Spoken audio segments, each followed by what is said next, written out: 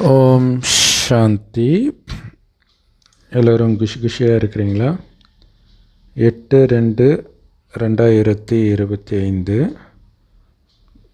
சாக்கார முரளி பாப்தாதா சொல்கிறாங்க, இனிமையான குழந்தைகளே, நீங்கள் கடவுளுக்கு உதவியாளர்கள். சாதாரண விஷயமா கடவுளுக்கு உதவியாளர், அதாவது கடவுளுடைய குழந்தைகள், கடவுளுடைய மாணவர்கள் அப்படிங்கிறது எந்த அளவுக்கு உதவி ஒரு போதையை கொடுக்குமோ, அதேமாரி கடவுளுக்கே உதவி செய்கிறவன் நான் அப்படிங்கிறதும் அந்த போதையை கொடுக்கும். ஸோ உண்மையிலே சத்கதி அளிக்கக்கூடிய படை இது, முக்தி அளிக்கக்கூடிய படை இது.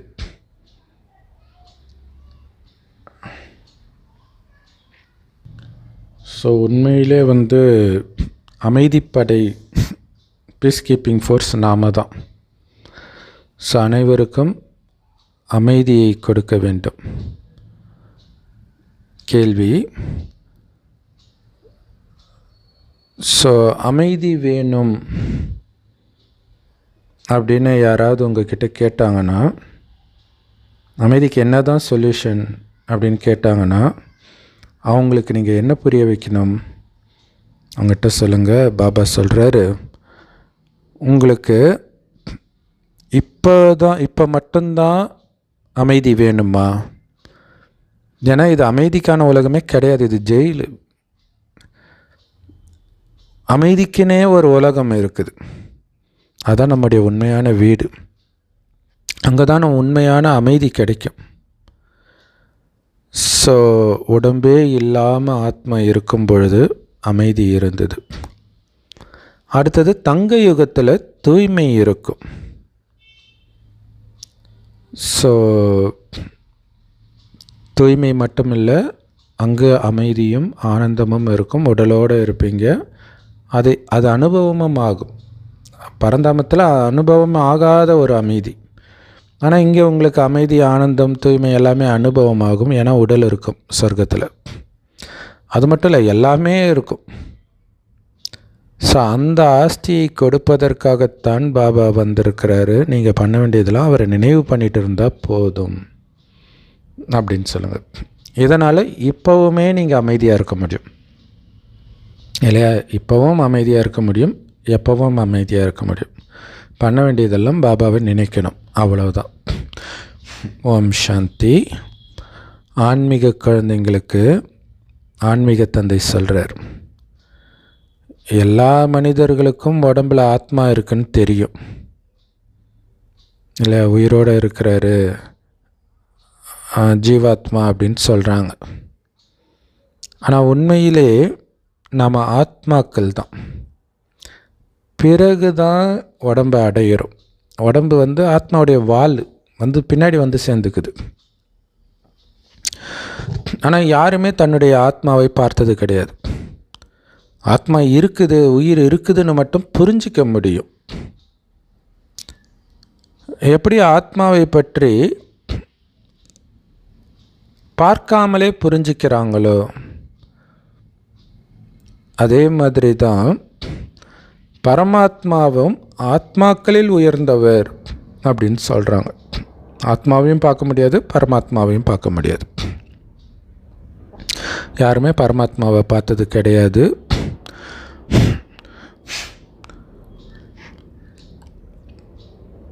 ஸோ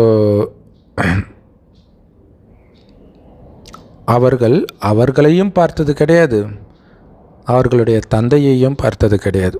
அதாவது ஆத்மாவையும் பார்த்ததில்லை, ஆத்மாவின் தந்தையும் பார்த்தது கிடையாது. ஆனால் ஆத்மா ஒரு உடம்பை விட்டு இன்னொரு உடம்பை எடுக்குது அப்படின்னு சொல்கிறாங்க. ஆனால் அதை துல்லியமாக புரிஞ்சிக்கிறது கிடையாது.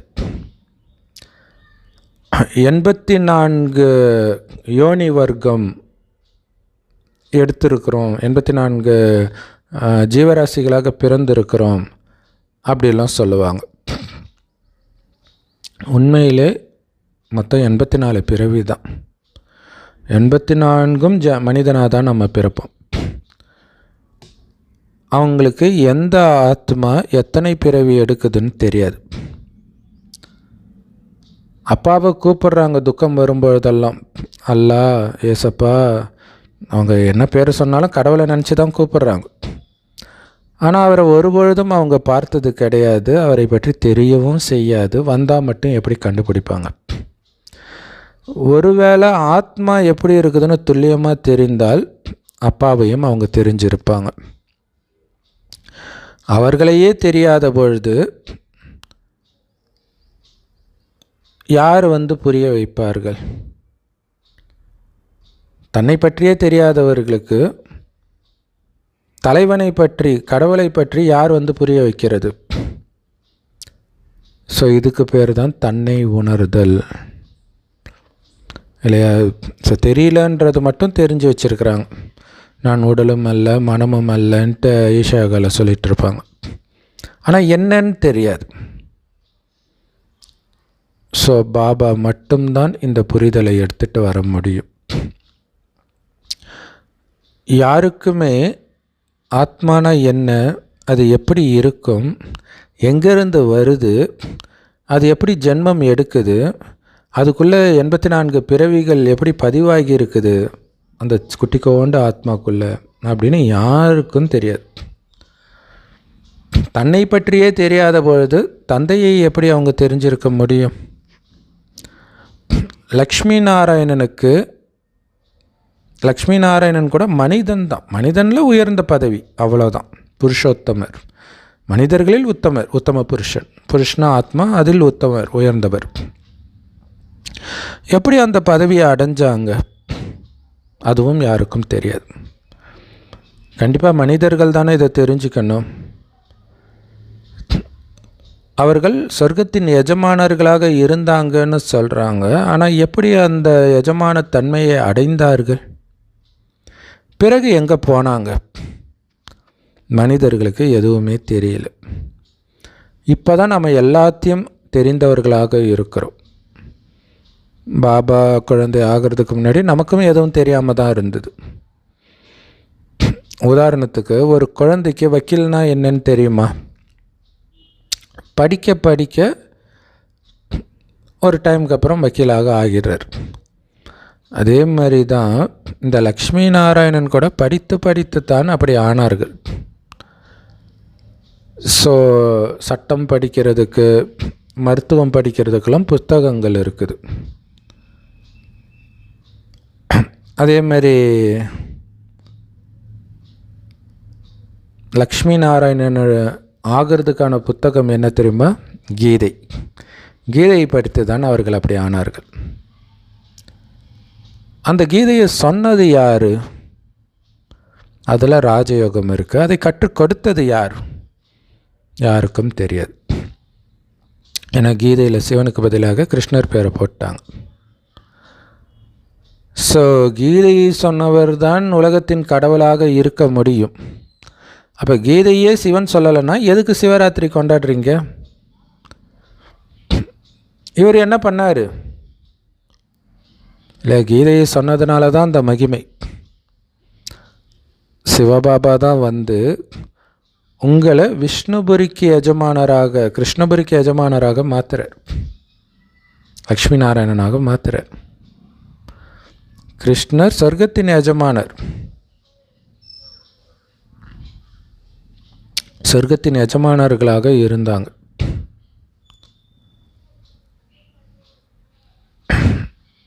ஆனால் மனிதர்களுக்கு சொர்க்கத்தை பற்றியே தெரியாதே. தெரிஞ்சிருந்தால் துவாபர யுகத்தில் கிருஷ்ணர் கீதையை சொன்னார்னு சொல்லுவாங்களா? இல்லையா? கிருஷ்ணர் சொர்க்கத்தில் வாழ்ந்தவர்கள்னு அவங்களுக்கு தெரிஞ்சிருந்தால் இப்படி சொல்லியிருப்பாங்களான்னு கேட்குறேன். சொர்க்கம்ன்றது முதல் 2 யுகத்தை குறிக்கிறது, அதுலேயும் குறிப்பாக சத்தியுகம். அப்படிப்பட்டவர் நரகத்தின் தொடக்கத்தில் துவாபர யுகத்தில் எப்படி வருவார்? துவாபரகத்தின் இறுதியில் சொன்னாருன்னு வேற சொல்கிறாங்க. அது முடிஞ்ச உடனே கலியுகம் ஸ்டார்ட் ஆகுது. இப்போ சொர்க்கத்தை பற்றி அவர்களுக்கு தெரியல. அதனால தான் கிருஷ்ணரை தூக்கி துவாபரகத்தில் போட்டாங்க. லக்ஷ்மி நாராயணனை தங்க யுகத்தில் போட்டுட்டாங்க. ராமர் சீதையை திரேத்த யுகத்தில் போட்டாங்க. இது ரெண்டும் கரெக்டு. ஆனால் கிருஷ்ணரை தூக்கி துவாபரகத்தில் போட்டாங்க, அதான் தப்பு. கிருஷ்ணர் தான் லக்ஷ்மி நாராயணன் ஆகிறாருன்றது தெரியல அவங்களுக்கு. ஸோ லக்ஷ்மி நாராயணனுடைய ராஜ்யத்தில் இயற்கை சீற்றங்களோ அல்லது எந்த குழப்பமோ காட்டப்படலை. சூப்பர் இல்லை? திரேத்தாயுகத்தில் சண்டை நடக்கிறது காட்டுறாங்க. ராமருடைய மனைவியை ராவணன் கடத்திட்டு போயிடுறான், சீதையை. ஸோ அங்கே சண்டை நடக்குது. துவாபர யுகத்தில் பாண்டவர்கள் மகாபாரத யுத்தம் நடக்குது. ஆனால் சத்தியுகத்தில் எந்த யுத்தமும் நடந்ததாக காட்டலையே. செம சூப்பரில். ஸோ கம்சன் எல்லாம் கிருஷ்ணருடைய ராஜ்யத்தில் காட்டிட்டாங்க. ராமராஜ்யத்தில் ராவணனை காட்டிட்டாங்க. உண்மையிலே இந்த ராதை கிருஷ்ணர் தான் லக்ஷ்மி நாராயணன் ஆகுறாங்கன்னு அவங்களுக்கு தெரியல. இல்லை, ராமராஜ்யத்தில் எப்படி ராவணன் இருப்பான்? இப்போ கிருஷ்ணராஜ்யத்தில் கம்சன்னா கூட ஓரளவுக்கு ஒத்துக்கலாம். ஏன்னா கிருஷ்ணராஜ்யம்னு அவங்க துவாபரகத்தை காட்டுறாங்க, அங்கே மாயா வந்துட்டான். ஆனால் ராமர் வாழ்ந்த திரேத்தாயுகத்தில் ராவணனுக்கே வேலை கிடையாது. அப்படி திரேத்தாயுகம்னு எடுத்தாலும் சரி, அல்லது சத்தியுக திரேத்தாயுகம் ரெண்டும் சேர்த்து ராமராஜ்யம் தானே. அங்கேயும் ராவணன் கிடையாது.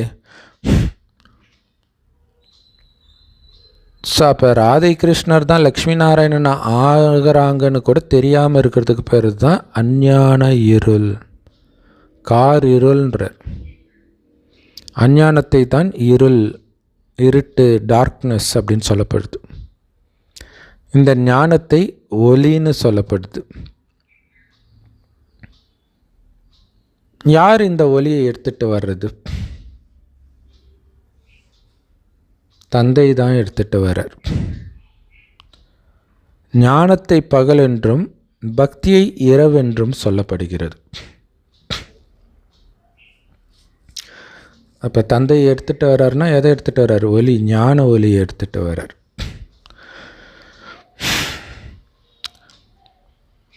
ஸோ அந்த ஒளி கொஞ்சம் கொஞ்சமாக மறைஞ்சு அப்படியே நரகம் மாற ஆரம்பிச்சிடுது. கலியுகத்தின் இறுதியில் சுத்தமாக இருட்டாயிடுது. அப்போ தான் மீண்டும் ஒளி ஏற்றுறார், தீபம் ஏற்றுறார், ஆத்ம தெய்வத்தை.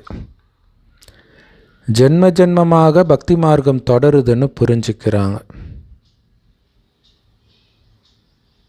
ஸோ பக்தி மார்க்கத்தில் நாம் ஏணிப்படியில் இறங்கி தான் வந்திருக்கிறோம்.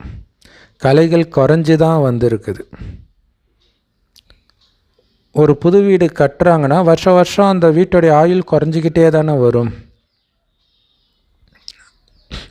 அதிலும் அதோடைய ஆயுளில் 3/4 பங்கை கடந்த பிறகு அதை கண்டிப்பாக பழசுன்னு தானே சொல்லுவாங்க. ஸோ அந்த மாதிரி தான் இந்த கலியுகம், பழைய உலகம். அதிலும் பழையதும் கடைசிக்கு வந்தாச்சு, இடிக்கிற ஸ்டேஜுக்கு வந்தாச்சு. ஸோ இடிக்கிற ஸ்டேஜுக்கு வர்றதுனால தான் அங்கங்கே வெடிக்குது. இயற்கை சீற்றம், நிலநடுக்கம். நேற்று ஏதோ ஒரு நாட்டில் 200 தடவை நிலநடுக்கம் எல்லாம் ஃப்ளைட்டு பிடிச்சி நாட்டையே காலி பண்ணிட்டு போகிறாங்க, ஏதோ ஒரு தீவில். ஸோ எங்கே போவாங்க, என்ன பண்ணுவாங்க தெரியல. அப்போ ஒரு நிலநடுக்கம் வந்தால் நாட்டை காலி பண்ண தயாராக இருக்கிறாங்க. ஆனால் யுத்தம் வந்தால் போக தயாராக இல்லை. ரெண்டும் ஒன்று தானே, ரெண்டும் ஒரே சிக்னல் தான் கொடுக்குது, இங்கே இருக்கிறது டேஞ்சர். ஸோ குழந்தைங்களுக்கு அனைவரின் தந்தை இங்கே நம்ம கூட பேசிகிட்டு இருக்கிறாருன்ற நிச்சய புத்தி வேணும். அவர் தான் அனைவருக்கும் சத்கதி கொடுக்குற வள்ளல், அனைவருக்கும் இந்த ஞானத்தை சொல்லிக் கொடுக்குறாருன்றதில் அசைக்க முடியாத நிச்சய புத்தி இருக்கணும். ஒவ்வொருத்தரையும் முக்தி தாமத்துக்கு அழைச்சிட்டு போகிறார். தெளிவான லட்சியம் நமக்கு கொடுக்கப்பட்டிருக்குது. வந்திருக்கிறது பாபா எதுக்கு வந்திருக்கார்? முக்தி தாமத்துக்கும் சொர்க்கத்துக்கும் அழைச்சிட்டு போகிறதுக்காக வந்திருக்கிறார். லக்ஷ்மி நாராயணன் ஆகிறது தான் நம்மளுடைய லட்சியம். இதை படித்து போய் லக்ஷ்மி நாராயணன் உட்கார்ற சிம்மாசனத்தில் உட்காரணும். மற்றவர்கள் எல்லாம் ஞானத்தை எடுக்காதவர்கள் அடிவதை வாங்கி முக்தி தாமத்துக்கு போயிடுவாங்க. ஸோ இந்த காலச்சக்கரத்தின் படத்தை நீங்கள் புரிய வச்சிங்க அப்படின்னா அங்கே வேறு எந்த தர்மமும் இல்லை அப்படிங்கிறத காட்டுங்க. இல்லையா? தேவதைகளின் தர்மம் மட்டும்தான் இருக்குது. அந்த நேரத்தில் அந்த ஆத்மாக்கள் நிராகார உலகத்தில் இருக்கிறாங்க.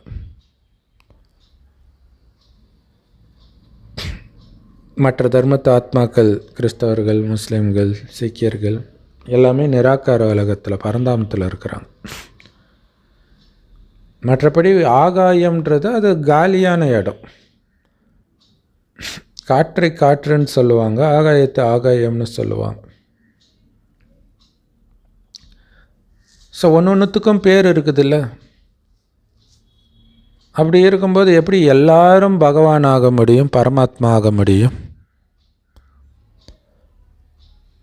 மனிதர்கள் காற்றிலெல்லாம் கடவுள் இருக்கிறார், ஆகாயத்தில் கடவுள் இருக்கிறார் அப்படின்னு நம்பிட்டு இருக்கிறாங்க இல்லையா? காற்று இல்லாமல் உயிர் வாழ முடியுமா? காற்று தான் கடவுள். சூரியன் இல்லாமல் உயிர் வாழ முடியுமா? அதுதான் கடவுள். சாப்பாடு இல்லாமல் உயிர் வாழ முடியுமா? அதுதான் கடவுள். இப்படியெல்லாம் சொல்லிகிட்டு இருக்கிறான். அப்புறம் உனக்குள்ளேயும் இருக்கார், எனக்குள்ளேயும் இருக்கிறார், எங்கும் நிறைந்தவர், இப்படிலாம் சொல்கிறாங்க. ஸோ பாபா தான் தெளிவாக புரிய வைக்கிறார், குழந்தை நான் பரந்தாமத்தில் இருக்கிறேன், நீங்களும் அங்கேருந்து தான் வந்திருக்கிறீங்க. ஸோ இப்போ பாபாவினால் உங்களுக்கு இந்த ஜென்மம் கொடுக்கப்பட்டிருக்குது, புது ஜென்மம், பிராமண ஜென்மம். ஸோ அதனால் அவர் அப்பா ஆகிறார். சரி, யார் இந்த ஞானத்தை கொடுக்குறாரு? அந்த தந்தையே ஆன்மீக ஆசிரியராகி உங்களுக்கு ஞானத்தை கொடுக்குறார். நல்லது, நல்லா படிச்சிங்க, இந்த படிப்பை ஃபுல்லாக முடிச்சிங்க அப்படின்னா உங்களை கூடவே அழைச்சிட்டு போயிடுவார். கூடவே போகிறோன்னா என்ன அர்த்தம்? தண்டனை அடையாமல் போயிடுவோம். பிறகு அங்கேருந்து மறுபடியும் இந்த பூமிக்கு வருவோம். அதுக்குள்ளே இது சொர்க்கமாயிடும். வந்து நம்மளுடைய சுகமான பாகங்களை நடிக்க ஆரம்பிப்போம்.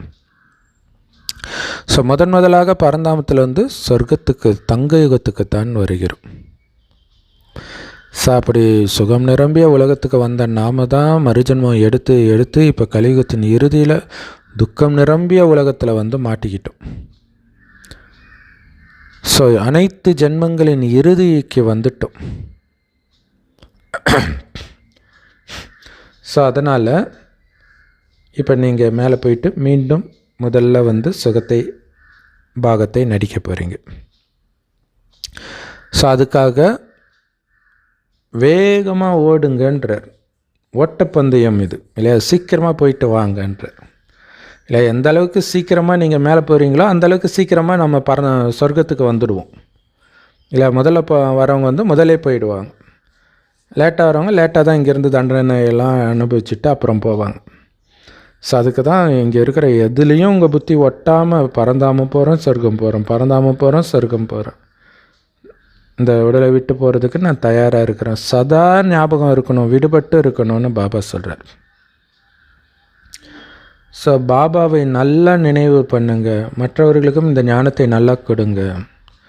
அப்படி இல்லைன்னா இத்தனை பேருக்கு யார் ஞானத்தை கொடுக்கறது? கண்டிப்பாக நீங்கள் பாபாவுடைய உதவியாளர்கள் ஆவீங்க இல்லையா? ஸோ கடவுளுக்கு உதவியாளர்கள்ன்ற பேர் கூட நினைவு செய்யப்படுது. இங்கிலீஷில் இதை வந்து சால்வேஷன் ஆர்மி, மீட்பு படையினர் அப்படின்னு சொல்லப்படுது. மீட்பர்னு கடவுளை சொல்லுவாங்க இல்லையா? ஸோ துக்கத்திலேருந்து மீட்கக்கூடிய படை நாம். ஸோ என்ன அவங்களுக்கு வேணும்? அவர்கள் சொல்கிறாங்க, எங்களுக்கு அமைதி வேணும்ன்றாங்க. ஸோ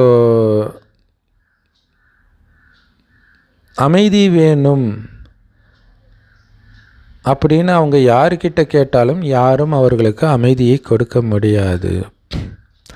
அவங்கக்கிட்ட சொல்லுங்கள், யாரெல்லாம் அமைதியை கேட்குறாங்களோ அவங்கக்கிட்ட சொல்லுங்கள், பாபா கேட்குறாரு, இங்கே இந்த பூமியில் மட்டும்தான், இந்த கலியுகத்தில் தான் உங்களுக்கு அமைதி வேணுமான்னு கேளுங்க, இது போதுமான்னு கேளுங்க.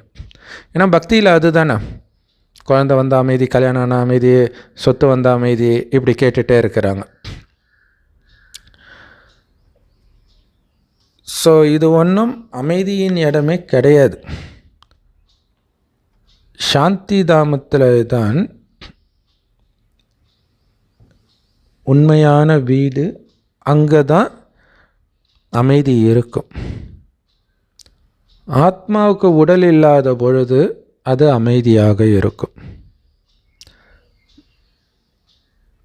ஸோ பாபா தான் வந்து இந்த அமைதியை ஆஸ்தியாக கொடுக்கிறார்.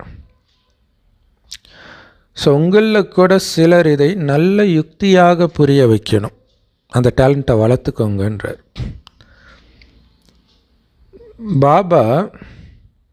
ஒருவேளை நீங்கள் நடத்துகிற எக்ஸிபிஷனில் நடுவில் வந்து நின்று எல்லாரும் சொல்கிறத கேட்குறாரு, எப்படி எல்லாம் நீங்கள் நடத்துகிறீங்கன்னு பார்த்தா நிறைய தவறுகளை பாபாவால் சுட்டி காட்ட முடியும். அவ்வளோ தவறு பண்ணுறீங்க. ஏன்னா புரிய வைக்கிறவங்க வரிசைக்கிரமமாக இருக்கிறீங்க. ஒருவேளை எல்லாரும் ஒரே மாதிரி இருந்தால் எதுக்கு ஆசிரியர்கள் வந்து இவங்களை அனுப்புங்க, இவங்க வந்து லெக்சர் கொடுக்கட்டும் அப்படின்னு கூப்பிட போகிறாங்க. நீங்களும் பிராமணர்கள் தானே. பாபா என்னை விட இவர் வந்து ரொம்ப புத்திசாலியாக இருக்கிறாரு, அதனால் அவங்கள அனுப்புங்க அப்படின்னு கூப்பிட்றாங்க. ஸோ அப்போ அம்மாவை கூப்பிட்டாங்க, இப்போ சிவானி தீதியை கூப்பிட்றாங்க. ஸோ புத்திசாலித்தனத்தினால மனிதர்களுக்கு பதவி கிடைக்குது, வரிசைக்கிரமமாக இருக்கிறாங்க. எப்போ பரீட்சை ரிசல்ட்டு வருதோ அப்போ தானாகவே உங்களுக்கு காட்சி கிடைக்கும், என்ன பதவியை அடைவீங்கன்னு காட்சி கிடைக்கும். அதான் ரிசல்ட்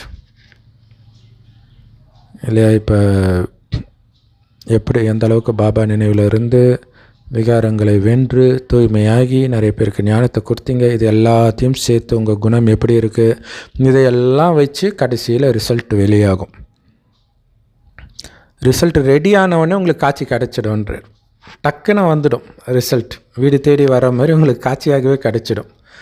அப்போ நீங்கள் புரிஞ்சுக்கோங்க, ஐயோயோ நான் ஸ்ரீமத்தை ஃபாலோ பண்ணலையே அப்படின்னு. அதனால தான் பாபா சார் குழந்தை எந்த பாவ காரியமும் செய்யாத, எந்த தேகதாரி மேலே பற்ற வைக்காத, அதெல்லாம் பாவன்றார் இல்லையா? பற்று வைக்கிறது பாவன்றார். எந்த பாவ காரியமும் பண்ணக்கூடாது, பற்று வைக்கிறது உட்பட. இந்த உடம்பு பஞ்ச தத்துவத்தினால் ஆனது. ஸோ இந்த பஞ்சபூதத்தை நீங்கள் பூஜை பண்ணவும் கூடாது, நினைக்கவும் கூடாது. ஸோ இதோடைய நினைவு தான் அல்லாவை தவிர யாரையும் வழிபடக்கூடாது அப்படின்னு குரானில் வர்றது. ஸோ பஞ்சபூதம், ஸோ இதிலேருந்து வெளியில் வாங்க, எந்த உடல் மீதும் பற்று வைக்காதீங்க, ஏன்னா எல்லாமே அழியக்கூடியது. ஸோ நீங்கள் வந்து மற்றவர்களை இந்த ஊனக்கண்களால் பார்த்தாலும் உங்களுடைய மனக்கண்ணில் பாபா மட்டுமே தெரியணும், அவரை மட்டுமே நினைவு பண்ணணும். அந்த பயிற்சி பண்ணிக்கிட்டே இருக்கணும். யாரோடையாவது பேசுகிறீங்கன்னா பாபா நினைவு கட்டாகாமல் என்னால் பேச முடியுதா, இது ஒரு விளையாட்டாக ஒரு கேம் மாதிரி வச்சு நம்ம பண்ணணும் மனதுக்குள்ளே ஒவ்வொரு தடவையும். ஸோ ஒரு சிஸ்டர் கேட்டிருந்தாங்க, அது எப்படி தெய்வீக குணத்தை வளர்த்துக்கிறது? ஒவ்வொருத்தர் கூட பேசும்பொழுது, உங்கள் குடும்பத்தில் இருக்கிறவங்க கூட பேசும்போது, நான் இப்போ தெய்வீக குணத்தை வெளிப்படுத்துகிற மாதிரி பேச போகிறேன், நாராயணனா அல்லது மகாலட்சுமியாக பேச போகிறேன். ஸோ பேசி முடிச்சுட்டு வந்துருச்சான்னு பாருங்கள். இல்லை என்னென்ன தப்பு பண்ண, மெயினாக இதை மறந்துடுவீங்க, அப்போ தான் சாதாரணமாக பேசுவீங்க. ஸோ அதில் கவனம் கொடுக்க சொல்கிறார். அதனால தான் உங்களுடைய வார்த்தை சாதாரணமாக இருக்கக்கூடாது, பார்வை சாதாரணமாக இருக்கக்கூடாதுன்ற. ஸோ யாரை பார்த்தாலும் பாபாவை நினைவு செஞ்சுக்கிட்டே இருக்கணும் உங்கள் மனம்.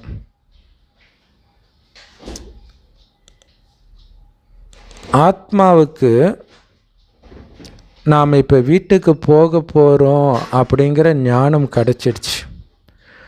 அங்கேருந்து சொர்க்கத்துக்கு போக போகிறோம் அப்படிங்கிற ஞானம் கிடச்சிடுச்சு. ஆத்மாவை புரிஞ்சிக்க முடியுமே தவிர பார்க்க முடியாது இல்லையா? ஒரு உடம்புல ஆத்மா இருக்குதா இல்லையா, உயிர் இருக்குதா இல்லையான்னு தெரியும். உங்களுடைய திவ்ய திருஷ்டியின் மூலமாக உங்களுடைய வீட்டையும் சொர்க்கத்தையும் கூட உங்களால் பார்க்க முடியும் இல்லையா? அந்த மாதிரி ஆத்மாவையும் திவ்ய திருஷ்டியின் மூலமாக நீங்கள் பார்க்க முடியும். ஸோ இங்கே திவ்ய திருஷ்டின்றது புத்தியினால் பார்க்கிறது. புத்தியினால் பரந்தாமத்தை பார்க்க முடியும் தானே, பார்க்கறதுனால தானே நாம் நினைக்கிறோம். சொர்க்கத்தையும் பார்க்க முடியுது தானே, அதனால தானே நினைக்கிறோம். ஸோ அப்போ இந்த ஊனக்கண்ணுக்கு தெரியாததை பார்க்கறது தான் புத்தியின் சக்தி. அதே மாதிரி ஒவ்வொரு விஷயத்திலும் ஒரு செயல் செய்கிறீங்கன்னா அடுத்து என்ன ஆகுன்றதை முன்கூட்டியே நீங்கள் பார்க்கணும். இதுக்கு முன்னாடி என்ன நடந்ததுனால் அவங்க இப்படி நடந்துக்கிறாங்க, இப்போ நான் அவங்கக்கிட்ட எப்படி நடந்தால் இதோடைய விளைவு எனக்கு என்ன ஆகும், இது மூணுமே உங்களுக்கு தெரியணும். அதுக்கு தான் கர்மத்தின் விதியை சொல்கிறார். அதுதான் முக்காலத்தை உணர்ந்த ஞானம். பாபா சொல்கிறார், குழந்தைகளே மன்மனாபவ மத்தியாஜீபவ அப்படின்னா பாபாவை நினைவு செய்யுங்க, உங்களுடைய லட்சியமாகிய விஷ்ணுபுரியை நினைவு செய்யுங்கன்னு அர்த்தம் இல்லையா. பாபாவையும் நினைக்கணும், எங்கே போகிறதுக்காக அவரை நினைக்கிறன்றதையும் நினைக்கணும். அது முக்கியம் இல்லையா. தூய்மை ஆகிறேன், எதுக்காக தூய்மை ஆகிறேன் அதையும் நினைக்கணும். நாம் சொர்க்கத்துக்கு போக போகிறோம் அப்படின்னு இப்போ குழந்தைங்களுக்கு தெரியும். மற்றவர்கள் எல்லோரும் முக்திக்கு போயிடுவாங்க. ஏன்னா எல்லோரும் தங்க யுகத்துக்கு போக முடியாது. உங்களுடைய தர்மமே ஆதி சனாதன தேவி தேவதா தர்மம். ஸோ மற்றபடி இந்து மதம்ன்றது மனிதர்களின் தர்மம். இங்கே இருக்கிற எல்லாமே மனிதர்களின் தர்மம். தேவதைகளின் தர்மம் தான் நம்முடையது. நிராகார உலகத்தில் எந்த மனிதர்களும் கிடையாது. மனிதர்கள் வாழும் உலகம் இதுதான், ஸ்தூல உலகம்தான். இதே மனிதர்கள் இப்போ தமோ பிரதானமாகி இருக்கிறாங்க, இவர்களே மீண்டும் சதோ பிரதானமாகவும் ஆகிறாங்க. இதுக்கு முன்னாடி நீங்கள் சூத்ர வர்ணத்தை சார்ந்தவர்களாக இருந்தீங்க, இப்போ பிராமண வர்ணத்தை சார்ந்தவர்களாக மாறி இருக்கிறீங்க. ஸோ பாரதத்தில் மட்டுமே இந்த வர்ணம் இருக்கிறது, வேறு எந்த நாட்டிலையும் இல்லை. நிறைய பேர் கேட்பாங்க, ஏன் இங்கே மட்டும் இருக்குது மற்ற நாட்டில் இல்லை? ஏன்னா உயர்ந்ததிலும் உயர்ந்ததாக இருந்ததும் பாரதம், தாழ்ந்ததிலும் தாழ்ந்ததாக மாறுவதும் பாரதம். ஸோ பிராமண குலம், சூரிய வம்சம் அப்படிங்கிறதெல்லாம் வேறு எந்த மதத்திற்கும் சொல்ல முடியாது. எந்த மதத்திலும் பிராமணர்களோ சூரிய வம்சமோ கிடையாது. இந்த நேரத்தில் எல்லோருமே சூத்திரர்களாக இருக்கிறாங்க. முற்றிலும் அழுகி போன நிலையை அடைஞ்சிட்டாங்க. நீங்கள் எப்போ அதாவது வயதாகுதோ இல்லையா, ஆத்மா 5000 வருடம் ஆயிடுச்சு இல்லையா, அப்போ ஒட்டுமொத்த மரமும் அழுகி போன நிலையை, தமோ பிரதான நிலையை அடையுது. இப்போ எப்படி இந்த ஒட்டுமொத்த மரத்தையும் சதோ பிரதானமாக ஆக்குறது? ஏன்னா இது ஒரு கதையில் வரும், நான் பார்த்துருக்குறேன். புராண கதையில் சீரியலில் பார்க்கும்போது, கல்ப விருஷத்துக்கு பெரிய ஆபத்து வந்துடுச்சு, அது அழிய போகுது, அது அழியாமல் தடுக்கணும் அப்படின்னு சொல்லுவாங்க. ஸோ இப்போ தெரியுது அது என்ன சிருஷ்டி மரம், அதை எப்படி சதோ பிரதானமாக ஆக்குறது அப்படின்ட்டு. தம பிரதானமாக பட்டு போகிற ஸ்டேஜில் இருக்கிறத மீண்டும் உயிர் கொடுத்து சதோ பிரதானமாக மாற்றும். புத்தம் புதிய சதோ பிரதானமான மரத்தில் தேவதா தர்மம் மட்டுமே இருக்கும், தேவதைகள் மட்டுமே இருப்பாங்க. பிறகு சூரிய வம்சத்திலிருந்து சந்திர வம்சத்தினராக மாறுவீங்க, மறுஜன்மம் எடுப்பீங்க. பிறகு வைஷ்யன் சூத்ரனாக மாறுறீங்க. ஸோ இந்த விஷயங்கள் எல்லாமே புத்தம் புதியதாக இருக்குது, உலகத்தில் யாருக்குமே தெரியாது. நமக்கு மட்டும் எப்படி தெரியும்? இதை நடத்துகிறவர் ஞான கடல். ஒரு முஸ்லீம் சகோதரர் அந்த குரான் சேனலில் அடிக்கடி கமெண்ட் போடுவார், கடவுள் எங்கே இருக்கார், எப்படி இருக்கார், என்ன பண்ணணும் என்ன பண்ணக்கூடாதுன்ட்டு இவர் கிளாஸ் எடுக்கிறார். கடவுளுக்கே இவர் சொல்லி கொடுக்குறார் அப்படின்ட்டு போடுறார். கடவுள் சொன்னதை தான் நாம் சொல்லிக் கொடுக்குறோன்னு அவங்களுக்கு தெரியல. ஸோ அவர் சொன்னதுனால தான் அப்பனுக்கு பாடம் சொன்ன முருகன் அப்படின்ட்டு வந்துச்சோ என்னவோ தெரியல. நமக்கு ஞானக்கடல் சொல்லி கொடுக்கறத நாம் சொல்லி கொடுத்துட்டு இருக்கிறோம், இல்லைன்னா நமக்கும் தெரியாது. அவர் பதித்த பாவனர், அனைவருக்கும் சத்கதி வழங்குகிற வள்ளல். பாபா சொல்கிறாரு, நான் உங்களுக்கு இந்த ஞானத்தை கொடுக்குறேன், இதன் மூலமாக நீங்கள் தேவதை ஆகிறீங்க. தேவதை ஆன பிறகு இந்த ஞானம் மறைஞ்சிடும், இருக்காது. இது எவ்வளோ பெரிய ஆச்சரியம் இல்லையா? ஞானத்தின் தேவியாக சரஸ்வதியை சொல்கிறாங்க. ஸோ அப்படி தானே சரஸ்வதியும் மறைஞ்சிட்ட மாதிரி காட்டுறாங்க. ஸோ இந்த ஞானம் யாருக்கு கொடுக்கப்படுது? முட்டாள்களுக்குத்தான் கொடுக்கப்படுகிறது. புத்திசாலிக்கு தேவையில்லை, முட்டாளை புத்திசாலியாக மாற்றுறதுக்கு தான் இந்த ஞானம். அதனால தான் சொர்க்கத்தில் இந்த ஞானம் தேவைப்படலை, அங்கே வரல. பாவிகளை ரட்சிக்கவே நான் வந்தேன்ட்டு அங்கே இயேசு கூட சொல்கிறார். ஸோ பாவிகளுக்குத்தான் இந்த ஞானம் கொடுக்கப்படுது. எல்லா மனிதர்களும் இப்போ அஞ்ஞான இருளில் இருக்கிறாங்க, நீங்கள் மட்டும் ஒளியில் இருக்கிறீங்க. இது பார்த்திங்கன்னா கூகுளில் இயேசுவோடைய படம் அல்லது கிறிஸ்தவர்களுடைய படத்தை தேடினீங்கனால, குறிப்பாக இயேசு அப்படியே மேலேருந்து ஒரு ஒளி வருது, அது கீழே அவரை சுற்றி நிறைய பேர் இருக்கிற மாதிரி காட்டுறாங்க. ஸோ உண்மையில் அது நம்முடைய நினைவு இல்லையா, வெளிச்சத்துக்குள்ளே நாம் இருக்கிறோம். ஸோ இந்த பிரம்மாவுடைய 84 பிறவி கதை உங்களுக்கு இப்போ தெரியும். குழந்தைங்க கிட்ட தான் இந்த ஞானம் இருக்குது. மனிதர்கள் கேட்குறாங்க, ஏன் கடவுள் இந்த உலகத்தை படைச்சார்? நாம் ஏன் சதா மோட்சத்திலே இருக்கக்கூடாது? அதாவது முற்றிலும் விடுபட்டு பிறவா நிலையே ஏன் இருக்கக்கூடாது அப்படின்னு கேட்குறாங்க. ஆஹா, இது ஏற்கனவே நிச்சயிக்கப்பட்டதுங்க. இப்போ நீங்கள் பேசிகிட்டு இருக்கிறீங்க இல்லையா, அப்போ ஒவ்வொரு கல்பத்திலும் இதே தான் பேசுவீங்க. இது அனாதியான நாடகம், யாரும் தப்பிச்சு போக முடியாது. ஒரு ஆத்மா ஒரு உடலை விட்டு போய் இன்னொரு உடலை தாரணை பண்ணுது. ஸோ அதனால் அதை பற்றி கவலைப்பட வேண்டிய அவசியம்தான் என்னன்ற இல்லையா. உடலை பற்றி, மரணத்தை பற்றி கவலைப்பட வேண்டிய அவசியம் என்ன? ஒரு உடம்பை விட்டுட்டு இன்னொரு உடம்பை எடுக்குது, அடுத்த பாகத்தை நடிக்க போயிடுச்சு. போர் அடிக்கும்ல ஒரே பார்ட்டை நடிக்க, அதனால் அடுத்த பார்ட்டை நடிக்க போயிடுச்சு.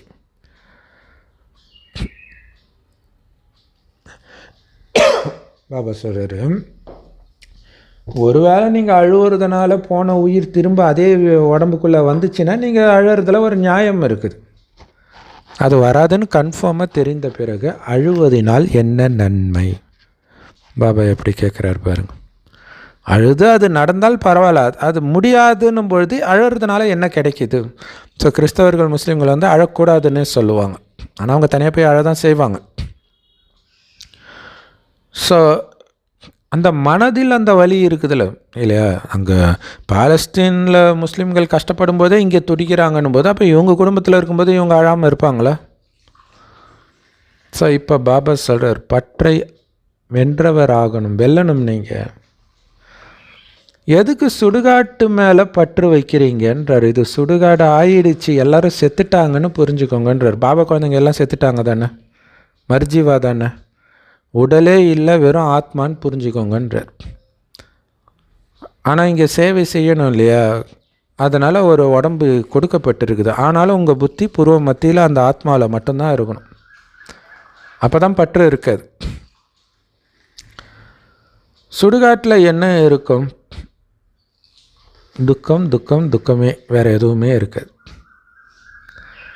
சுடுகாட்டு மேலே பற்று வச்சு பணத்தை கட்டி பிடிச்சி அழுதுட்டு இருந்தா இல்லை. ஒரு சிலர், குறிப்பாக கிறிஸ்தவர்கள் பார்த்திங்கன்னா, ஒரு சிலர் இறந்ததை வெளியிலே சொல்லாமல் ஜபம் பண்ணி நான் எழுப்புறேன் மாதக்கணக்காக அந்த பிணத்தோடவே இருக்கிறதெல்லாம் நியூஸில் வரும். அப்போ அவங்க கடவுளை நினைக்கலையே, கடவுளுக்கு பதிலாக மனிதன் பக்கம் போயிடுச்சு. உங்களுக்காக ஜபம் பண்ணுறேன், எனக்காக ஜபம் பண்ணுறேன்ட்டு கடைசியில் இதிலேயே போயிடுச்சு அவங்களுடைய புத்தி. இன்றைக்கி ஒருத்தர் குழந்தையாக இருக்கிறாரு, பிறகு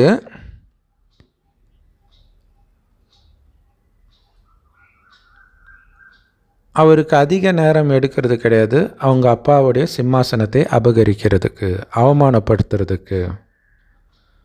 அப்பாவோட சண்டை கூட போடுறாங்க. அதனால தான் பாபா சொல்கிறார், இது அனாதைகளின் உலகம்னு சொல்கிறார். இங்கே யாருக்கும் கடவுளோ தலைவனோ ஒழுங்கான வழியை சொல்வதற்கு இல்லை, அதனால் அனாதைகளாக இருக்கிறாங்க. ஸோ அவர்களை இந்த மாதிரி ஒரு பரிதாப நிலையில் பாபா பார்க்கும் பொழுது வரார், தலைவனுடையவராக எஜமானனுடையவராக மாத்துறார், வழிகாட்டுறார். மனிதர்கள் எல்லாம் வந்து தப்பான வழியே காட்டிக்கிட்டு இருக்கிறாங்க, மதங்களாகட்டும் அரசியல்வாதிகளாகட்டும் எல்லாமே. பாபா மட்டுமே வந்து அனைவரையும் எஜமானனுடையவராக மாத்துறார். ஸோ தந்தை தானே வந்து குழந்தைகளுடைய சண்டைக்கு முற்றுப்புள்ளி வைக்க முடியும், பெற்றோர்கள் தானே அதை பண்ண முடியும். ஸோ தாயும் தந்தையும் ஆகிய பாபா வந்திருக்கிறார். எப்படி சண்டையை நிறுத்துறது? பாபா சொல்கிறார், அவன் அடித்தான் நீ அடித்த, அவன் அடித்தான் நீ அடித்தேன்னு திருப்பி அடிச்சுக்கிட்டே இருக்க வேண்டியதுதான். அழகாக இயேசு சொன்னார், ஒரு கணத்தை அரையிறானா இன்னொரு கணத்தையும் காட்டி முற்றுப்புள்ளி வச்சிடு, கணக்கை முடிச்சிடு. அதான் அதோடைய அர்த்தம். நீ என்ன பண்ணியிருக்கிறன்னு உனக்கு தெரியாது, இப்போ உனக்கு ராஜ்யம் கிடைக்க போகுது. இல்லை இங்கே போய் ஒன்றும் இல்லாத அல்பகால சொத்துக்கோ எதுக்கோ போய் அலைஞ்சிட்டு இருக்க போறியா, சண்டை போட்டுட்டு இருக்க போறியா வாழ்க்கை ஃபுல்லாக? எல்லாம் அடிச்சுக்கிறாங்க பாருங்க. இது கோயில் இடம், இது மசூதி இடம், இது சர்ச் இடம். தங்க யுகத்தில் இந்த மாதிரி சண்டையே நடக்காது. ஸோ எப்படி? ஏன்னா சண்டைக்கெல்லாம் முற்றுப்புள்ளி இப்போ வைக்கப்படுது ஒட்டுமொத்த உலகத்திலே. பிறகு வெற்றி முழக்கம் ஒலிக்கப்படும். இல்லை சண்டை நடக்கும், நாம் பக்காவாகிடுவோம், உலகம் ஸ்தாபனை ஆகிடும், புது உலகம். அதாவது அதுக்கு நாம் தயாராகிடுறோம். அதுக்கு பிறகு உலக அழிவு. அவங்க கேட்காதவங்களாம் மொத்தமாக தண்டனையெல்லாம் கொடுத்து அகங்காரத்தெல்லாம் உடச்சி அனுப்புவார். அதான் அங்கே பெரிய விஷயம். ஏன்னா முதல்ல ஜென்மம் எடுக்கும்போது யாரும் நரகத்தில் வரவங்களுக்கு கூட அகங்காரம் இருக்காது இல்லை. அப்போ அகங்காரம் உடையிற அளவுக்கு எப்படி இருக்கும்னு மட்டும் யோசிச்சு பாருங்க. உதாரணத்துக்கு யாரோ சமீபமாக ஒரு வெளிநாட்டில், முஸ்லீம் நாட்டில்னு நினைக்கிறேன், யாரோ ஒருத்தர் மாட்டிக்கிட்டு அழுகுறாரு. சம்பளம் கொடுக்க மாட்டுறாங்க, கேட்டால் அடிக்கிறாங்க, சாப்பாடு போட மாட்டாங்க, பெரிய பயங்கரமாக இருக்கிறார் பார்க்குறதுக்கு. ஆனால் அப்படி அழுகுறார். அப்போ தெரியுது இல்லை, இங்கே இருக்கும்போது அவர் அகங்காரத்தோடு இருந்திருப்பார். அந்த ஒரு தைரியம் இருந்தால் தானே போகவே முடியும். அங்கே தைரியத்தெல்லாம் உடச்சி என்னை தயவுசெய்து காப்பாற்றுங்கன்ட்டு நான் வந்து இந்த ஊரை சார்ந்த ராமநாதபுரமோ ஏதோ நினைக்கிறேன், தஞ்சாவூர்னு நினைக்கிறேன், கூப்பிட்டேன், இந்த இது என்னை காப்பாற்றுங்க, தயவுசெய்து அரசாங்கம் காப்பாற்றுங்க அப்படின்ட்டு அழுவுறார். அதுக்கு முன்னாடியும் ஒருத்தர் அந்த மாதிரி அழுததை பார்த்தோம். ஸோ இப்படியெல்லாம் தண்டனை அனுபவிச்சுத்தான் உங்கள் அகங்காரத்தை ஒழிக்கணுமா, அல்லது இந்த அகங்காரத்துக்கு காரணமான உடம்பே எனக்கு இல்லை, வெறும் புள்ளியாக இருக்கிறேன்னு நினச்சாலே அகங்காரம் போயிடும். உடல் நினைத்தால்தான் உடலின் அந்த உறவுகள் வரும்பொழுது உறவுகள் கிட்ட அகங்காரத்தை காட்டுவீங்க. உடம்பே இல்லையே உங்களுக்கு. ஸோ இப்படி சண்டை போடுறத முற்றுப்புள்ளி வைக்கிறேன். உனக்கு துக்கம் கொடுக்குறாங்களா, வாங்கிக்கோ, உலக ராஜ்யமே உனக்கு கிடைக்க போகுது, அதுக்கு முன்னாடி இதை வாங்குறதுலாம் ஒரு பெரிய விஷயமே கிடையாதுன்றார். இங்கே பெரும்பான்மையானவர்கள் தாய்மார்களாக இருக்கிறாங்க. இயல்பாகவே தாய்மார்களுக்கு பொறுத்து போகக்கூடிய சக்தி உண்டு அந்த காலத்தில். ஸோ இப்போவுமே இல்லையா, ஒரு பெண் அமைதியாக இருந்தான்னா அந்த குடும்பம் அமைதியாக இருக்கும். பொண்ணு சரியில்லைன்னா முடிஞ்சு போச்சு. அதாவது பையன் மோசமாக இருந்தால் கூட மனைவிகள் வந்து அப்படியே அமைதியாக எடுத்துகிட்டு போவாங்க. ஸோ அதனால தான் பெண்கள் இங்கே வராங்க. மனிதர்கள் அந்த பெண்களை வேலைக்காரிகள் மாதிரி நினைக்கிறாங்க. அவங்களுடைய கையில், ஆக்சுவலாக கழுத்தில் தான் தாலி கட்டுவாங்க, இங்கே கையில் அப்படின்னு போட்டிருக்குது. ஸோ வடநாட்டில் அது மாதிரி ஏதோ அந்த கட்டுவாங்க பேருக்கு பொண்ணு கையில். ஸோ அப்போ கட்டின உடனே சொல்லுவாங்களாம், உன்னுடைய கணவன் தான் உனக்கு கடவுள், குரு, எல்லாமே அப்படின்ட்டு. முதல்ல மிஸ்டர், அதுக்கு பிறகு தான் மிஸ்ஸஸ் இல்லையா. பத்திரிக்கை கொடுக்கும்போது கூட அப்படி தானே போடுவாங்க, மிஸ்டர் அண்ட் மிஸ்ஸஸ் இன்னார் அப்படின்னு தான் போடுவாங்க. ஸோ பாபா இப்போ வந்து தாய்மார்களாகிய உங்களை முன்னுக்கு வைக்கிறார், ஞாபகப்படுத்துறார். நீங்கள் எப்படி இருந்தீங்கன்னு ஞாபகம் வச்சுக்கோங்க, இப்போ நான் உங்களை முன்னுக்கு வைக்கிறேன்னு சொல்கிறார். யாருமே உங்கள் மீது வெற்றி அடைய முடியாதுன்றார். எல்லா சட்டத்தையும் கற்றுக் கொடுக்குறார். எப்படி இருந்தால் ஜெயிக்க முடியும், எப்படி பணிஞ்சு போனால் ஜெயிக்க முடியும், யாரும் உங்களை வெல்ல முடியாதுன்றார். ஈஷா யோகாவா, ஜக்கி வாசுதேவா அவர் போனதுக்கப்புறம், வாழும் கலையா ஸ்ரீ ரவிசங்கர் போனதுக்கப்புறம், ஆனால் இங்கே யார் நடத்துகிறாங்கன்னே தெரியல. எப்படி இந்து மதத்தை யார் உருவாக்குறாங்கன்னு தெரியலையோ அது மாதிரி பிரம்மகுமாரிகள் யார் நடத்துகிறாங்கன்னு யாருக்குமே தெரியாது.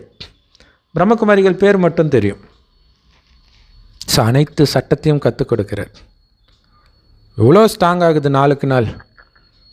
அந்த மாதிரி எங்கேயுமே ஆகாது. ஒருத்தர் போயிட்டார்னா அதுக்கப்புறம் அந்த இயக்கம் வந்து ஸ்ட்ராங் ஆகாது, படிப்படியாக பலகீனமாக தான் ஆகும். ஆனால் இங்கே எவ்வளோ ஸ்ட்ராங் ஆகுது. ஏன்னா எல்லா சட்டத்தையும் கற்றுக் கொடுக்குறார். எப்படி விதிபூர்வமாக இருக்கிறது அப்படின்னு ஸ்ரீமத் கொடுக்குறார். பற்று இல்லாமல் இருக்கணும், அதுதான் முக்கியமான விஷயம். ஸோ மோகத்தை வென்ற மோகஜித் ராஜாவுடைய கதை இருக்குது இல்லையா, பற்றை வென்றவர். அதெல்லாம் கட்டுக்கதைகள் தான். ஆனால் இப்போ நீங்கள் அப்படி ஆகணும், பற்றில்லாதவராக. ஸோ அந்த ராஜா கதையில் பார்த்தீங்கன்னா அந்த ராஜாவுக்கோ அல்லது அந்த நாட்டில் யாருக்குமே பற்றே கிடையாது அப்படின்னு சொல்லுவாங்க. அதை ஒரு முனிவர் கேட்டு ஆச்சரியப்படுவார். இப்படி இருக்க வாய்ப்பு கிடையாது, என்னடா நம்மெல்லாம் காட்டில் வந்து இருக்கிறோம், நமக்கே குடும்பத்து ஞாபகம் வருது, இவர் ராஜ்யம் பண்ணிவிட்டு எப்படி பற்று இல்லாமல் இருக்கிறாரு, செக் பண்ணிடலான்ட்டு ராஜா பையன் போட்டிருக்கிற ட்ரெஸ்ஸு மாதிரி ஒரு ட்ரெஸ்ஸை எடுத்து ஒரு விலங்குடைய ரத்தத்தில் தோச்சி வந்து ஐயோ இளவரசன் இறந்துட்டாருன்னு அழுதுட்டு வரும். மக்கள் பார்த்துட்டு நல்ல பையன், சரி இறந்துட்டானா, சரி ஓகே அடுத்த பையன் வருவான் அப்படின்ட்டு அவங்க வீட்டுக்கு போயிடுவாங்க. என்னடா அது இவ்வளோ சுயநலவாதிகளாக இருக்கிறாங்க அப்படின்னு. அதுக்கப்புறம் அவங்க தம்பிக்கிட்ட போய் காட்டுறாங்க. அவங்க தம்பி சொல்கிறான், அண்ணன் இறந்துட்டாரா, நல்லா ஆட்சி கொடுப்பாருன்னு நினச்சோம், போயிட்டாரா, சரி ஓகே அப்படின்ட்டு அவரும் போயிடுறாரு. அடப்பாவி இவனும் இவ்வளோ சுயநலமாக இருக்கிறானே அப்படின்ட்டு அப்பா கிட்ட ராஜா கிட்ட போய் காட்டுறார். இப்போ அவர் சொல்கிறாரு, எனக்கு அடுத்தது அவன் தான் வருவான்னு நினச்சேன், சரி இப்போ 2வது பையனை தான் ஆக்கணும் போல இருக்குது அப்படின்னு கூலாக சொல்கிறார். இவருக்கு ஒன்றுமே புரியல, எப்படிரா இது சாத்தியம். அந்த மாதிரி நீங்கள் இருக்கணுன்றார். அழுதால் இழந்தீர்கள்ன்றார். சூப்பராக சொல்லப்பாங்க. நீங்கள் அழுவுறதுனால இறந்தவங்க வரதா இருந்தால் அழுங்க, வரப்போகிறது இல்லைல்ல, எதுக்கு அழுவுறீங்க, வரவே போகிறது இல்லைன்னு கன்ஃபார்மாக தெரிஞ்சப்பறம் தான் அழுவாங்களே, அதான் காமெடியே. இல்லாட்டினா கூட அழ மாட்டாங்க. தங்க யுகத்தில் இந்த மாதிரி திடீர் மரணம்லாம் இருக்காது. ஸோ சொர்க்கத்தில் கரெக்டாக நீங்கள் எந்த நேரம் சரீரம் விடணுமோ அந்த நேரம் சரீரம் விட்டுட்டு இன்னொரு சரீரத்தை எடுப்பீர்கள். உங்களுக்கு காட்சி கிடைக்கும். இந்த உடம்பு இப்போ பழசாயிடுச்சு, அதனால் புது உடம்பை எடுக்கணும் அப்படின்னு அந்த புது உடம்பே உங்களுக்கு காட்சி கிடைக்கும். நான் போய் சின்ன குழந்தைய ஆக போகிறேன் அப்படின்னு அந்த காட்சி கிடைக்கும் பொழுது குஷியாக உடலை விடுவார்களாம். ஆனால் இங்கே பாருங்கள், எவ்வளோ வயசானாலும் சரி, எவ்வளோதான் கடுமையான நோய்வாய்ப்பட்டு இருந்தாலும் சரி, இந்த உடம்பை விடுறது நல்லதுன்னு அவங்களே புரிஞ்சிக்கிட்டாலும் சரி, மரணத்தின் பொழுது கண்டிப்பாக அழுவுறாங்க. அவர்களே இறக்கிறவங்களே அழுவுறாங்க, மற்றவர்களும் அழுவுறாங்க அப்படின்னு சொல்கிறார். அவ்வளோ பற்று. பாபா சொல்கிறாரு, நீங்கள் அழுறதுன்னா என்னன்னே தெரியாத ஒரு உலகத்துக்கு போக போகிறீங்க. அங்கே முழுக்க சந்தோஷம் மட்டுமே இருக்கும். ஸோ அந்த மாதிரி உலகத்துக்கு போயிட்டு இருக்கிறன்ற எல்லையற்ற சந்தோஷம் இப்போ உங்களுக்கு இருக்க வேண்டாமா? ஆஹா, நாங்கள் அந்த மாதிரி சுகம் நிரம்பிய உலகத்தின் எஜமானராகிட்டு இருக்கிறோம். பாரதம் ஒட்டுமொத்த உலகத்துக்கே எஜமானராக இருந்தது. இன்றைக்கி துண்டு துண்டாக போயிடுச்சு பாரதம். அகண்ட பாரதம் துண்டு பாரதமாகிடுச்சு. அது அகண்ட பாரதமாக இருந்ததுன்றதை ஏற்றுக்கிறதுக்கு அரசியல்வாதிகள் தயாராக இல்லை. ராஜாக்களால் துண்டாயிடுச்சுன்றதை விட்டுட்டு அது துண்டாக தான் இருந்துச்சு, மொத்தமாக சேர்த்து வெள்ளைக்காரன் தான் இணைச்சி ஒரு இந்தியாவை ஆக்கிட்டான் அப்படின்னு சீமான் போன்றவர்களும் சொல்கிறாங்க. ஏன்னா மக்களை பிரித்தால் தான் இவங்க அரசியலே பண்ண முடியும். நீங்கள் பூஜிக்க தகுந்த தேவதைகளாக இருந்தீங்க, பிறகு நீங்கள் பூஜாரியாக ஆனீங்க. கடவுள் ஒருபொழுதும் பூஜிக்க தகுந்தவராகவோ பூஜாரியாகவோ மாறுறது கிடையாது. அவர் எப்போவுமே பூஜிக்க தகுந்தவராகவே இருக்கிறார். ஒருவேளை அவர் பூஜாரி ஆகிறார் அப்படின்னா உங்களை பூஜிக்க தகுந்தவராக யார் மாற்றுறது? ஸோ பாபாவுடைய பாகமே இந்த நாடகத்தில் முற்றிலும் தனிப்பட்டதாக இருக்குது. ஞான கடலாக இருப்பவர் ஒரே ஒருத்தர் தான். ஸோ அவருடைய இந்த மகிமை இருக்குது இல்லையா, அனைத்தும் அறிந்தவர் அப்படின்னு சொல்கிறாங்கல்ல. ஸோ அது உண்மையில் சிருஷ்டியின் முதலிடைக்கடை ஞானத்தை அறிந்தவர்னு அர்த்தம். ஸோ ஞான கடல் இருக்கிறாரு. ஆனால் அவர் எப்போ வருவார், இந்த ஞானத்தை எப்போ வந்து கொடுப்பார், அதன் மூலமாக நாம் முக்தியோ சத்கதியோ அடையிறதுக்கு, அது யாருக்குமே தெரியாது. கண்டிப்பாக அவர் இங்கே வந்து தான் ஆகணும்.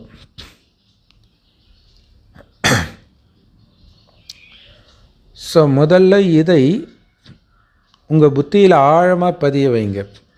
எதை பதிய வைக்கணும்? உங்களுக்கு இந்த ஞானத்தை நடத்துறது யார் அப்படின்னு உங்கள் புத்தியில் ஆழமாக பதிய வைங்க. ஸோ கடவுளை விட புத்திசாலி யாருமே இல்லை அப்படின்னு கண்டிப்பாக எல்லா மதத்தினரும் சொல்லுவாங்க, எல்லா மதத்திலும் சொல்லப்பட்டிருக்குது.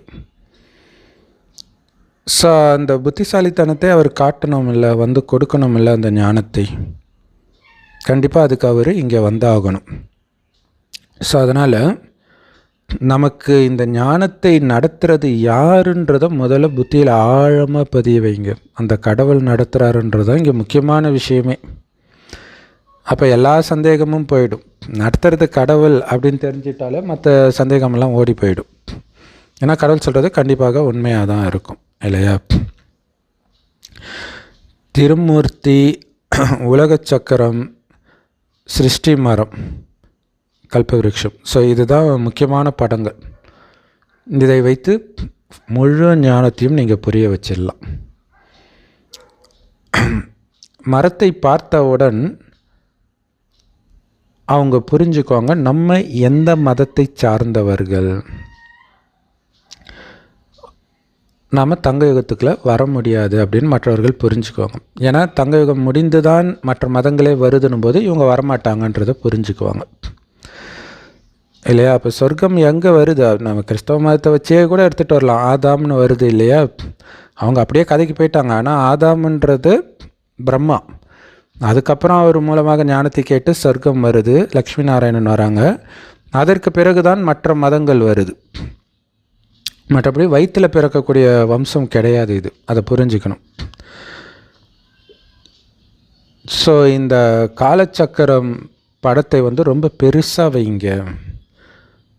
அதே மாதிரி பெருசாக இருக்கணும் எழுத்துக்கள். பிரம்மா மூலமாக சிவபாபா தேவதா தர்மத்தை ஸ்தாபனை செய்கிறார் அப்படின்னு எழுதுங்க. சிவபெருமான் இந்த நம்ம அந்தந்த இடத்திற்கு ஏற்ற மாதிரி இல்லை. இங்கே சிவபாபானா ஏதோ ஒரு பாபாப்பில் இருக்குன்னு வச்சுக்கோங்க. சிவபெருமான் இந்த வயோதிகர் மூலமாக, வயோதிகருக்கு பக்கத்தில் பிராக்கெட் போட்டு சொர்க்கத்தை ஸ்தாபனை செய்கிறார் அப்படின்னு நம்ம வந்து போடலாம். ஸோ சிவபாபா தான் பிரம்மா மூலமாக தேவதா தர்மத்தை ஸ்தாபனை பண்ணுறார். அது புத்தம்புது உலகம். இந்த பழைய உலகத்தை சங்கர் மூலமாக அழிக்க வைக்கிறார். பிறகு விஷ்ணு மூலமாக புது உலகத்தின் பாலனை நடக்குது. ஸோ இதை நிரூபித்து சொல்லுங்கள். பிரம்மா தான் விஷ்ணு ஆகிறாரு, விஷ்ணு தான் பிரம்மா ஆகிறாரு. ரெண்டு பேருக்கும் இந்த தொடர்பு இருக்கிறதுனால தான் அங்கே விஷ்ணு படுத்துட்டு இருப்பார். அவர் தொப்புலேருந்து தாமரை கொடி மேலே பிரம்மா இருக்கிற மாதிரி காட்டப்பட்டிருக்குன்னா அந்த படத்தை வச்சே நம்ம புரிய வைக்கலாம். பக்தி மார்க்கத்தின் படத்தை வச்சு இன்டர்நெட்லேயே நம்ம எடுக்கலாம். ஏதோ நம்ம உருவாக்கிட்டாங்கன்னு அவங்க நினைக்க தேவையில்ல. கூகுளில் போய் நீங்கள் விஷ்ணு அப்படின்னு போடுங்க. அப்படின்னு போட்டு அவர் படுத்துட்டு இருக்கிற இதில் பாருங்கள் பிரம்மா இருக்கிறாரு அப்படின்னு நம்ம புரிய வைக்கலாம். பிரம்மா சரஸ்வதி தான் பிறகு லக்ஷ்மி நாராயணனாக ஆகிறாங்க. ஸோ ஒரே ஜென்மத்தில் ஏறும் கலை நடக்குது இல்லையா. பிரம்மா சரஸ்வதி ஒரே ஜென்மத்தில் லக்ஷ்மி நாராயணனா எகிரி வச்சு போயிடுறாங்க. ஆனால் இறங்குறதுக்கு மீண்டும் அந்த லக்ஷ்மி நாராயணன் பிரம்மா சரஸ்வதியாக மாறுறதுக்கு 84 பிறவி ஆகுது. இப்போ பாபா கேட்குறார், நீங்களே சொல்லுங்கள், இது வரைக்கும் நீங்கள் படித்த வேத சாஸ்திரங்களில் சொல்லப்பட்டது சரியானதா அல்லது நான் சொல்வது சரியாக இருக்கிறதா அப்படின்னு நம்ம கேட்கலாம். எல்லாத்துலேயும் இப்போ பைபிள் குரான்லலாம் இருக்கும்போது இதை கேட்டு தான் முடிக்கிறோம் நம்ம. பாபா சொல்கிற அதே பாஷையிலே நீங்களே முடிவு பண்ணிக்கோங்க. ஏன்னா சத்யநாராயணனுடைய சத்திய கதையை நான் தான் சொல்கிறேன். நாம் சாதாரண மனிதனிலிருந்து ஸ்ரீ நாராயணனாக உண்மையான தந்தையின் மூலமாக மாற்றப்படுகிறோன்ற நம்பிக்கை இப்போ நமக்கு இருக்குது. இல்லை, சத்தியமான தந்தை நம்மளை சத்யநாராயணனாக மாற்றுறார். ஸோ முதல்ல ஒரு முக்கியமான விஷயத்தை ஞாபகம் வச்சுக்கணும். எந்த மனிதனும் ஒருபொழுதும் அப்பா டீச்சர் குரு 3 ரூபத்தில் இருக்கவே முடியாது. ஸோ இந்த 3 ரூபத்தில் இருப்பது ஒரு முக்கியமான காரணம். அந்த 3 கூட நாமமாக பட்டையாக போடுறதுக்கு திரிசூலம் எல்லாமே 3 உறவுகள், முக்கால ஞானம். ஸோ லௌகீக தந்தையை குருனோ ஆசிரியர்னோ எப்போவாவது கூப்பிடுவீங்களா? ஆனால் இங்கே நீங்கள் சிவபாபா கிட்ட பிறக்கிறீங்க, ஜென்மம் எடுக்கிறீங்க. பிறகு சிவபாபாவே உங்களுக்கு ஞானத்தை நடத்துகிற ஆசிரியராகிறாரு. பிறகு சத்குருவாகி உங்களை அவர் கூடவே அழிச்சிட்டும் போகிறார். இந்த மாதிரி யாராவது பண்ண முடியுமா? இல்லை, அப்பா ஒரு டைம் வரைக்கும் தான், அதுக்கப்புறம் ஸ்கூலுக்கு அனுப்பிச்சிடுவார், நீ அங்கே போய் படிச்சுக்க தம்பி. அதுக்கப்புறம் குருவை தேடி போவாங்க. அடுத்த ஜென்மத்துக்கு ஏதாவது வழி சொல்லுவார், பிறவா நிலைக்கு வழி சொல்லுவார் அப்படின்ட்டு. ஆனால் இது எல்லாமே பாபா பண்ணுறார். அவருடைய குழந்தையாக்கி ஞானத்தை ஊட்டி ஊட்டி வளர்த்து கூடவே அழைச்சிட்டும் போகிறார். ஸோ இந்த மாதிரி ஒரு மனிதன் கூட கிடையாது. அப்பா டீச்சர் குருன்னு 3மாக இருக்கக்கூடிய எந்த மனிதனும் கிடையாது.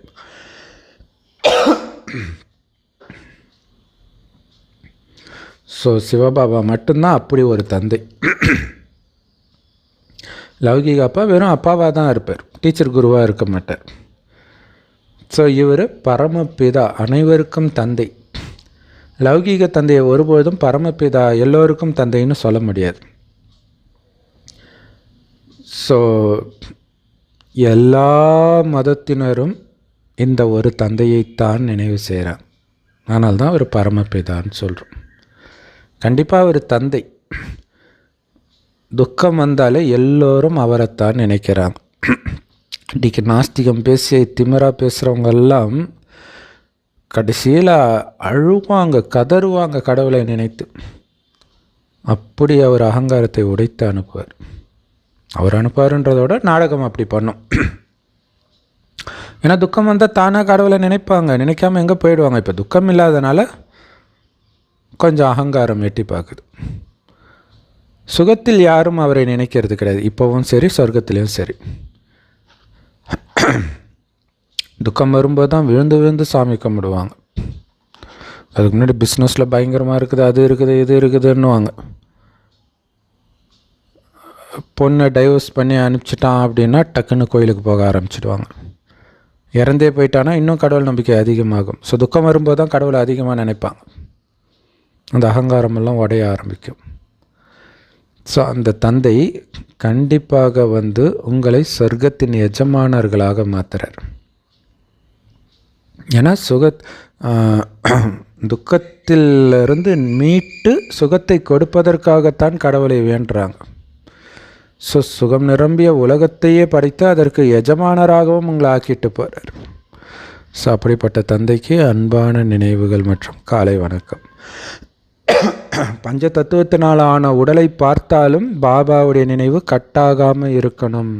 இதுதான் சேலஞ்ச் இல்லையா? பாபா எவ்வளோ நேரம் நினைக்கிறீங்கன்னு சார்ட்டு போட சொன்னதுடைய அர்த்தம் உட்காந்து அவ்வளோ நேரம் நினைக்கிறீங்கன்னு அர்த்தம் கிடையாது. ஒரு காரியம் செய்யும்போது நம்ம பாபா நினைவிலே செய்கிறேன்னான்னு உங்களுக்கு கவனம் வரணுன்றதுக்காக தான் சார்ட் வைக்க சொல்கிறேன். நேற்று முரளி ஃபுல்லாக அதான் சொன்னார் இல்லையா? உட்காந்தா நினைப்பாங்க, லவ்ஸ் ஒரு இடத்துல உட்காந்தா நினச்சிட்டு இருக்கிறாங்க ஒருவர்னு கேட்குறார்.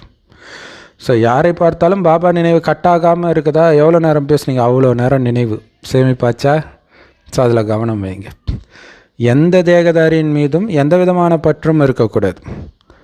எந்த விதமான பாவக்காரியங்களும் செய்யாதீங்க. ஒவ்வொரு ஆத்மாவிற்கும் ஏற்கனவே நிச்சயிக்கப்பட்ட இந்த நாடகத்தில் தனக்கென்று அனாதியான பாகம் இருக்குது. ஸோ அந்த பாகத்தை ஆத்மா நடிக்கும். அது முடிஞ்ச உடனே அந்த உடம்பை விட்டுட்டு இன்னொரு உடம்பை எடுத்து அதோடைய நடிப்பை, அந்த உடம்பு எடுத்தோடனே நடிப்பு மாறுது, வேறு நடிப்பு நடிக்குது. ஸோ அப்புறம் எதுக்கு அந்த உடம்பு மேலே பற்று வைக்கிறீங்கன்றார் இல்லையா? இன்றைக்கி குழந்தையாக இருக்கிறோம், நாளைக்கு எதிரியாக திரும்புவோம். அது இந்த ஜென்மத்திலே நடக்கும் நிறைய தடவை. அப்படி இல்லாட்டினாலும் அடுத்தடுத்த ஜென்மத்தில் கூட நடக்கலாம். ஸோ அதனால் அவங்க பாகத்தை நடிக்கிறாங்க. அப்போ அவங்களுடைய நடிப்பு அப்படி இருந்துச்சு, இப்போ இப்படி இருக்குது, அவ்வளோதான். கேள்வியே கிடையாது, முற்றுப்புள்ளி தான். அவங்க நடிப்பை நடிக்கிறாங்க, அவ்வளோதான். ஸோ அதனால் உங்கள் உடலை விடுவதை பற்றி நீங்கள் கவலையே பட தேவையில்லை. ஏன்னா மிக உயர்ந்த பதவி அடைய போகிறீங்க, சுகம் நிரம்பிய உலகத்துக்கு போக போகிறீங்க. உண்மையிலே ஆனந்தமாக இல்லை இந்த உலகத்தை விடணும். ஏன்னா துக்கத்தின் உச்சத்திலிருந்து சுகத்தின் உச்சத்துக்கு போகிறீங்கன்னா எவ்வளோ ஆனந்தமாக இந்த உடலை விடணும் பாருங்கள். அமெரிக்கா தான் ஏதோ சொர்க்கன்ற மாதிரி போனாங்க, எல்லாம் துரத்துறாங்க இல்லையா? நாளுக்கு நாள் மனிதர்கள் மூலமாக பிரச்சனை, இயற்கை சீற்றம் மூலமாக பிரச்சனை, நோய்கள் மூலமாக பிரச்சனை, எல்லா விதமான பிரச்சனை. ஸோ அதனால்தான் பற்றை வென்றவராகுங்கள். பற்று வேண்டாம் யார் மீதும். அப்போ தான் ஆனந்தமாக உடலை விட்டு போக முடியும். நடித்தான் வேறு உடம்புக்கு போகிறேன், உடம்பை விட்டான்னு தெரிஞ்சிடலாம். அப்படியே முழுக்க முழுக்க பாபா. வேறு எந்த நினைவும் இல்லாத அளவிற்கு ஆத்மா உங்கள் மனம் உங்கள் கண்ட்ரோலில் இருக்கணும். அதுக்கு முன்னாடியே பயிற்சி பண்ணி டக்குன்னு எது நடந்தாலும் டக்குன்னு ஒரு செகண்டில் பரந்தாமத்துக்கு போக சொல்கிறாரு, சூக்ஷ்மவாதனத்துக்கு போக சொல்கிறாரு, சொர்க்கத்துக்கு போக சொல்கிறாரு. ஸோ கடைசியில் அப்படி போயிடணும் ஒரு செகண்டில். வேறு எந்த எண்ணமும் வந்துடக்கூடாது. வேறு எண்ணம் வந்துச்சுன்னா தடுமாறி விழுந்துட்டீங்க மறுபடியும் இதே பூமியிலன்னு அர்த்தம். அதுக்கு தான் தேவதைகளின் கால் பூமியிலே படாதுன்றாங்களே. இப்போவே அந்த சூக்ஷ்ம தேவதையாக ஃபரிஸ்தாவாக வாழணும் அப்படிங்கிறது அந்த அவ்யக்த முரளியில் கூட சொல்லியிருப்பார் பாபா. வரதானம்: முழுமையாக உங்களை அர்ப்பணித்தே தீருவேன்னு உறுதியான எண்ணம் வைத்து சுயமாற்றத்திற்கான திருவிழா கொண்டாடுங்கள். இல்லை, அர்ப்பணிக்கிறதுனா என்ன அர்த்தம்? உங்களை முற்றிலுமாக மாற்றிக்கிறது. கலியுக குணத்தை ஃபுல்லாக தியாகம் செய்து சத்தியுக சமஸ்காரத்தை நிரப்பிக்கிறது. உயிரே போனாலும் உங்கள் தர்மத்தை விடக்கூடாது அப்படின்னு சொல்லுவாங்க. அதனால் எப்படிப்பட்ட சூழ்நிலை வந்தாலும் மாயை மகாவீரன் ரூபத்தில் உங்கள் முன்னாடி வந்து நின்னாலும் உங்களுடைய தர்மத்தை விடக்கூடாது. எதுக்கும் உதவாத அந்த விஷயத்தை திரும்ப பெறக்கூடாது. அந்த விகார விஷயங்களையோ வீண் விஷயங்களையோ பலகீனங்களையோ திரும்ப எடுத்துக்கக்கூடாது. உங்கள் மனதிலிருந்து வேண்டான்னு தூக்கி எரிஞ்சிட்டதை திரும்ப எடுத்துக்காதீங்க. மாயை என்ன ரூபத்தில் வரட்டும், கோபம் நோ, காமம் நோ, பற்று நோ, பேராசை நோ, அகங்காரம் நோ, எல்லாத்துக்கும் நோ தான். No means no. ஏன்னா என்னுடைய சுய தர்மம், அதை விட்டனா விட்டது தான். ஸோ எப்போவுமே உயர்ந்த நடிகராக, உயர்ந்த பாகத்தை செய்யக்கூடிய நடிகராக இருங்கள். உயர்ந்த சுயமரியாதையின் சக்திசாலியான சொரூபத்தின் மூலமாக, உயர்ந்த விழிப்புணர்வின் மூலமாக, உயர்ந்த வாழ்க்கையின் பிராமண வாழ்க்கையின் மூலமாக உயர்ந்த காரியங்களை மட்டுமே செய்யணும். நீங்கள் உங்களுடைய எண்ணம், சொல், செயல் அனைத்தும் உயர்ந்ததாகவே இருக்கணும். ஏன்னா நான் மிக உயர்ந்த நடிகர். சினிமா நடிகர்கள்லாம் கூட பார்த்திங்கன்னா தனக்கு துரோகம் செய்தவர்களுக்கு தேடி போய் உதவி செய்கிறாங்கன்னெலாம் சொல்கிறது கேட்கும்போது எப்படி இருக்குது? இப்போ நமக்குள்ளே அந்த பழிவாங்கிற குணம் மிகப்பெரிய விகாரம்னு பாபா சொல்கிறார். இல்லை, மாயை எப்படி வேணாலும் வரட்டும், அன்பை மட்டுமே கொடுப்பேன். என் எண்ணத்தில் அன்பு மட்டுமே வரணும். இதை திரும்ப திரும்ப நீங்கள் கம்முன்னு இருக்கும்போது, சாப்பிடும்போது, குளிக்கும்போது, ப்ரஷ் பண்ணும்போது இதை பற்றி சிந்தனை பண்ண அது உங்களுடைய குணமாக மாறிக்கிட்டே இருக்கும். நான் மட்டும் பாபா குழந்தை ஆகலைன்னு வச்சுக்கோ அப்படின்ற அந்த வார்த்தையே வரக்கூடாது. ஆயிட்டீங்கல்ல, விட்டுட்டீங்கல்ல, அப்புறம் என்ன மறுபடியும் அதை பற்றி நினைக்கிறது? ஸோ அதனால் உயர்ந்த சுயமரியாதைன்ற ஆசனத்தில் நான் உட்காந்துட்ருக்கிறேன் அப்படின்ற விழிப்புணர்வு இருக்கணும். பாபாவுடைய குழந்தை சும்மா கிடையாது, அன்பே உருவானவருடைய குழந்தை அன்பாக தானே இருக்கணும். அதனால் அன்பான உயர்ந்த காரியங்களை மட்டுமே செய்யணும். யார் எப்படி என்கிட்ட நடந்தாலும், ஒரு சினிமா பாட்டு கூட வரும், யார் எதை செய்தாலும் நீங்கள் நன்மை செய்யுங்கள்ட்டு. ஸோ எல்லா விதமான பலகீன காரியங்களையும் முடிச்சிடுங்க, முற்றுப்புள்ளி வச்சிடுங்க. ஸோ அந்த மாதிரி முழுசாக உங்களை பலி கொடுக்கறதுக்கு எப்போ உங்களுக்கு உறுதியான எண்ணம் வைக்கிதோ அப்போ தான் சுயமாற்றத்திற்கான விழா நடக்கும். ஸோ இந்த விழா கொண்டாடுறதுக்காக நீங்கள் எல்லோரும் சேர்ந்து ஒரு டேட்டை ஃபிக்ஸ் பண்ணுங்கள். இது ஆக்சுவலாக ஒரு அவ்யக்த முரளியிலேருந்து கொஞ்சம் எடுத்து கொடுக்கறது தான் வரதானம் ஸ்லோகன்லாம். ஸோ அதில் டேட்டு வைக்க சொல்கிறார். இந்த மாதிரி இந்த பலகீனமே இருக்காது, காமமே இருக்காது, கோபமே இருக்காது, உடலையே பார்க்க மாட்டேன், ஆத்மாவை தான் பார்ப்பேன், அந்த சத்தியுகத்தின் குணத்தை தான் வெளிப்படுத்துவேன், சாதாரண நடத்தையே இருக்காது, சாதாரண எண்ணமே இருக்காது, ரொம்ப ராயலாக இருப்பேன்.